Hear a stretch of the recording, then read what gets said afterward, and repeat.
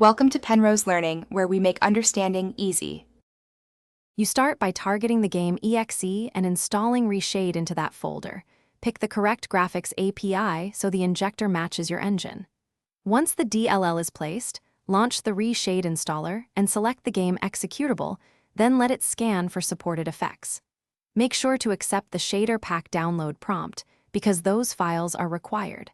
After the initial injection, close the game so you can organize the effects and presets without conflicts and prepare for the next configuration step.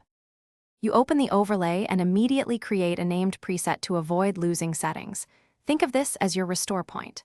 Once done, enable the core shaders in stages, color grading via LUT first, then anti-aliasing, plus subtle bloom and ambient occlusion to observe incremental changes.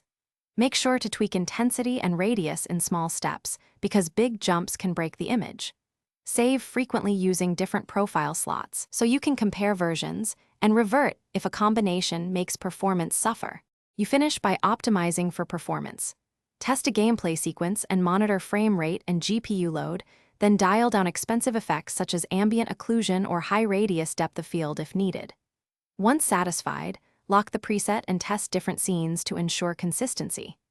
If things go wrong, try the common fixes.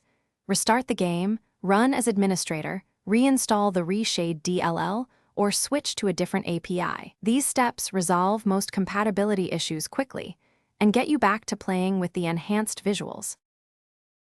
Thanks for watching. If this was helpful, leave a like and consider subscribing. See you next time.